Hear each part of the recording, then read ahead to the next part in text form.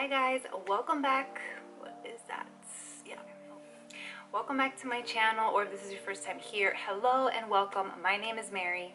So in today's video, I am going to do a budget with me. I'm going to show you guys my real numbers. First, I'm going to give you guys a little background about my finances, and then the other part of the video, I'm going to actually budget with you guys because I got paid today. So I'm going to just write down all of my numbers and just kind of budget for the week. So to start talking about my finances, it's me and my husband, and we have a 2-year-old son. And we started our debt-free journey in 2018, the fall of 2018. And for all of last year, 2019, we were doing so good. We're following the Dave Ramsey plan, and we were very Gazelle intense. As if you guys are familiar with him, you have heard of that. Gazelle intense meaning that you are just super focused and paying off your debt. You are doing everything that you have to do, and you're really just like, it's so like hardcore with every dollar that comes in. Like, you are really just laser focused on your debt. And so we were not going out, we were not spending extra, we were working more. I'm part-time, my husband is full-time, so I was picking up more days so that I can bring in a full-time income. And we were just like focused, and it was actually working. We had our $1,000 emergency fund. We were on baby step 2. We started off with like 60 something thousand dollars, and now we're like at 30 something. We paid off one of my student loans, so things were really going great. And then we took a trip to Disney, and things went down from there. So Disney is our weakness. We just absolutely love doing our Disney trips, and it wasn't so much the trip that threw us off. It was just the fact that we had so much fun, and just spending that money really just made us like want to spend more. And so things just kind of went down from there because it was the holidays also. So pretty much we're starting from scratch. So we do not have $1,000 emergency funds. We have to go back to baby step 1. Our debt has not increased, but it's really just stayed the same. So we haven't made any process into paying anything more extra off. And really it's been bad in the sense that like we've paid rent late. I think this last month I paid it like a few days later. So that's really bad if you're like behind on your rent. We're behind on my student loan payments. My husband doesn't have student loans, so it's just mine. And I haven't been able to pay them, so I actually have to call them and tell them to, I think it's called, what's it called? You call them and they kind of like hold it off for you for like a year or 6 months if you tell them that you can't, pay anything right now, so that it doesn't count as like you're just paying late. So I have to do that because right now we're just not at the state where I can afford to pay off. I can start paying towards my student loan. And then what else? We do have a credit card, which before we had like no credit card. We do have some money on a credit card, which sucks. So it snowballed, and I don't know how, but that's just what happens with finances. Like, if you do not take control of it, it will just snowball into like, instead of snowballing to getting out of debt, you're like snowballing in debt, and it just gets really bad really fast. At least that's what happened to us. Of course things popped up, and that's why we had to use our emergency fund, because that's just life. But because of that, it really messed things up in our finances. So I think that was also a part of it. But we are back. It's the new year, and we really want to get things going again. I mean, we've been trying to, but now with the holidays out of the way, it's always like, okay, it gives you that like motivation to like want to start fresh.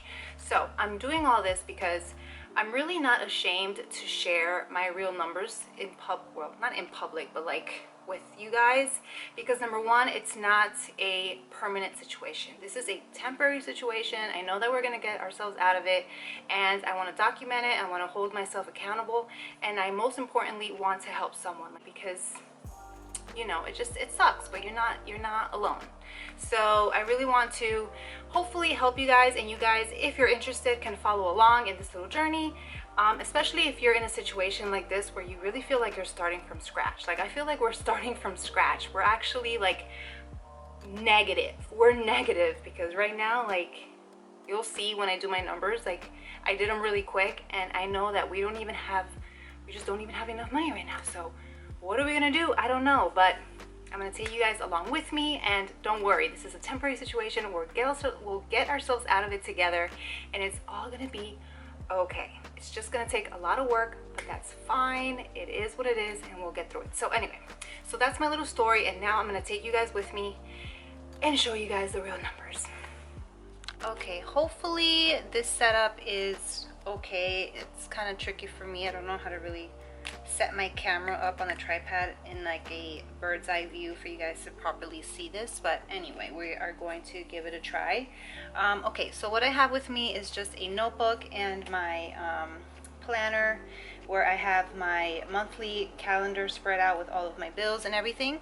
So we are going to start off with number one, the total amount that you're working with, whatever is in your bank account. So this is how much we have in our bank account. And today is the 8th, so I'm gonna budget for just the rest of this week and all of next week up until we get paid again. We do get paid one paycheck every week, one for me and the other one is for my husband. So we are gonna do pretty much just budgeting for the week. So I'm just gonna write down, I already wrote down our total of what we're working with, I already told you that, and the date. So 1/8 to 1/17. Okay, so what I'm gonna start doing is I color code everything. So everything is red are all of my bills or anything that I have to pay. So I'm gonna start listing them down. So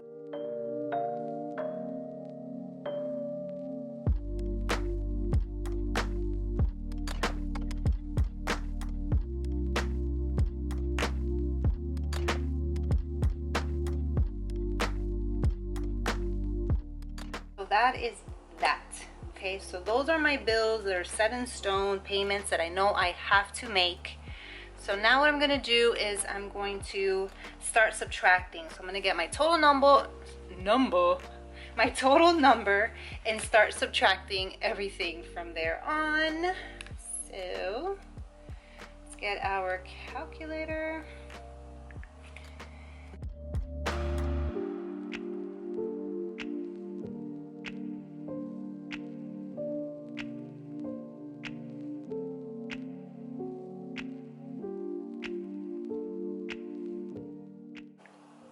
Okay, so that's $169.46 that I have left. And what I just remembered is that I went to Target today to buy groceries for the week and toiletries. So I did it with my Target debit card. I don't have the Target gift card, credit card. I have the debit card.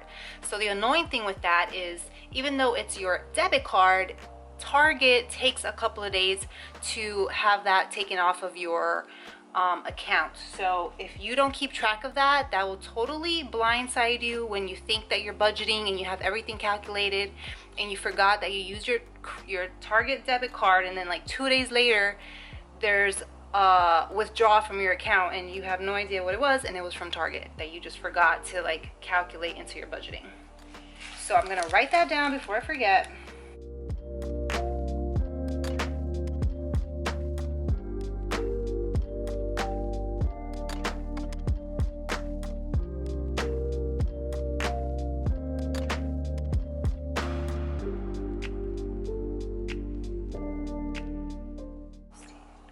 So that's $62.74 that I need to remember is going to be withdrawn. All right, so now we go back to what we had, which was $169.46, and let's subtract the $62.74. Okay, so that leaves me with $106.72. So I will put balance $106.72. So this is what I have until next paycheck.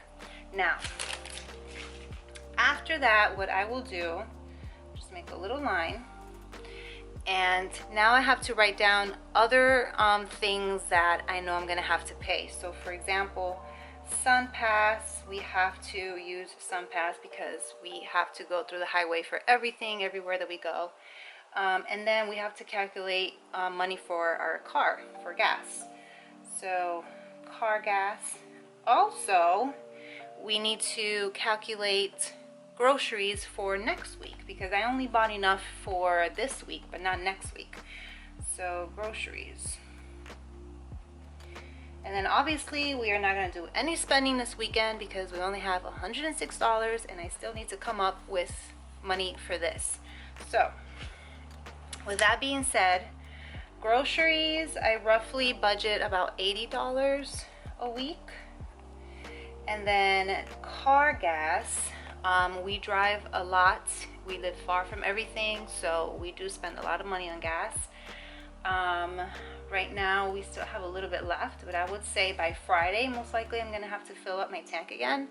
So that means and then it lasts like 5 days. Like a full tank of gas costs us like $40 and it lasts us like 5 days. So I'm gonna say here I'm gonna have to put $40. So that's 1, 2, 3, 4, 5. And then around here I'm gonna have to fill it up again. So that means that from the 8th until the 17th, most likely I'm gonna have to fill up my tank twice. One, because I'm almost running out, and then for next week. So that is $80.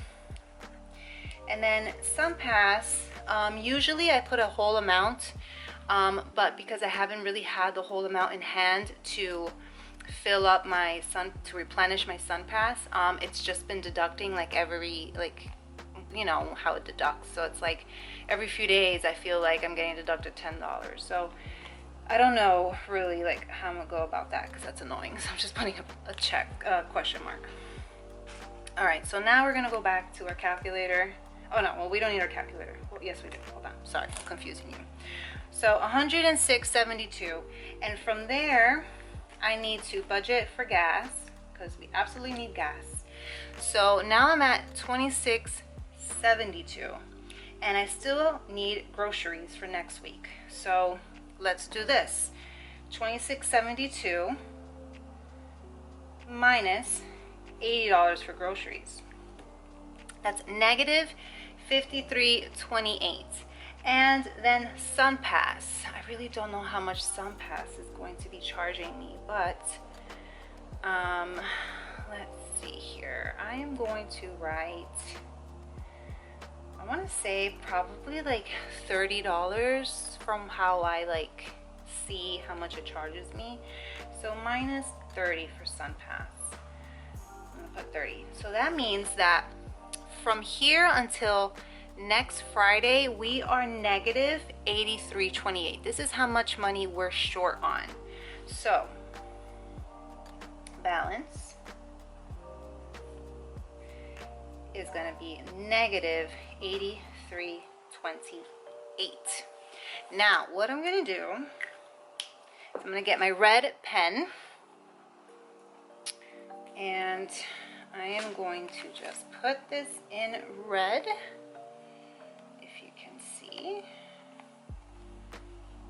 Red. Red means no. Red means bad. Red means we have got a problem. And the problem is that we do not have money to cover everything. So now, if you find yourself in this situation, this is how I go about it. I will start going back up to here and seeing pretty much what can I sacrifice. What can I do? What numbers can I play with? A lot of these bills, there is no negotiating. I have to pay my car. I have to pay my cell phone.